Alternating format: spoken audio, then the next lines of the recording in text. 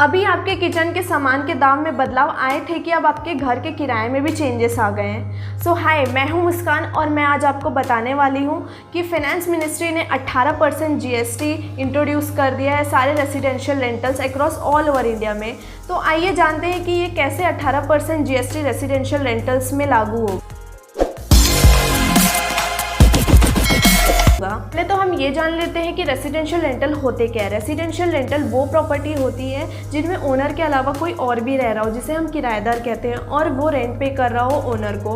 अगर आपने अपनी प्रॉपर्टी किसी को रेंट में दी है तो आप पहले ये चेक कर लें कि उन्होंने ये प्रॉपर्टी कमर्शियल पर्पज़ के लिए ली है या फिर कोई रेसिडेंशियल पर्पज़ के लिए। कमर्शियल प्रॉपर्टी वो प्रॉपर्टी होती है जिन्हें कमर्शियल पर्पज़ के लिए दिया जाता है, जैसे किसी कंपनी का ऑफिस हो गया या फिर कोई शॉप, गोडाउन या फिर कोई कोल्ड स्टोरेज। रेसिडेंशियल प्रॉपर्टी वो प्रॉपर्टी होती है जिसे आपने रहने के लिए दिया हो किसी फैमिली या फिर कोई बैचलर को। पर आपने देखा होगा कि कई रेसिडेंशियल प्रॉपर्टी को कमर्शियल पर्पस के लिए दिया जाता है। मान लीजिए किसी का फ्लैट है किसी सोसाइटी में और उसने अपने फ्लैट को ऑफिस पर्पस के लिए दिया है, तो इसमें जीएसटी कैसे लगेगा? ये भले ही रेसिडेंशियल प्रॉपर्टी है पर इसमें कमर्शियल पर्पस के लिए लिया गया है, तो इसमें कमर्शियल पर्पस के हिसाब से जीएसटी लगेगा आफ्टर 18 जुलाई से। 18 जुलाई 2022 से पहले तक जो भी रेसिडेंशियल प्रॉपर्टी है, अगर किसी इंसान ने उसे कमर्शियल पर्पस के लिए लिया है तो उसमें कोई भी जीएसटी एप्लीकेबल नहीं होता था, यानी कि किराएदार को कोई भी जीएसटी पे नहीं करना पड़ता था।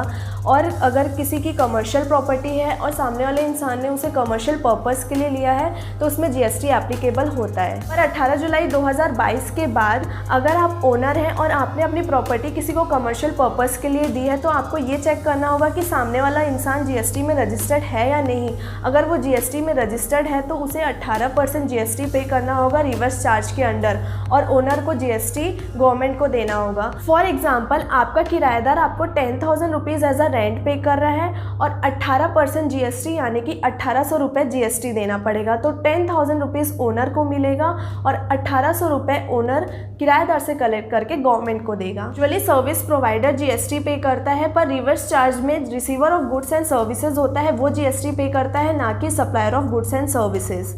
और अगर जो किराएदार जीएसटी में रजिस्टर्ड नहीं है तो उनके लिए जीएसटी एप्लीकेबल नहीं होता, यानी कि उन्हें कोई भी जीएसटी पे करने की ज़रूरत नहीं है। अगर किसी की कमर्शियल प्रॉपर्टी है तो उसमें 18% जीएसटी एप्लीकेबल होगा, यानी कि किराएदार ओनर को पे करेगा और ओनर डायरेक्टली गवर्नमेंट को जीएसटी पे करेगा। फॉर एग्जाम्पल, अगर किसी ने कोई प्रॉपर्टी रेंट पे ली है फॉर कमर्शियल पर्पज़ और उसका रेंट है 1 लाख पर मंथ, तो उसमें 18% जीएसटी यानी कि 18,000 रुपये गवर्नमेंट के पास जाएगा और उसमें से 1 लाख रुपये ओनर के पास रहेगा और 18,000 रुपये ओनर गवर्नमेंट को पे करेगा।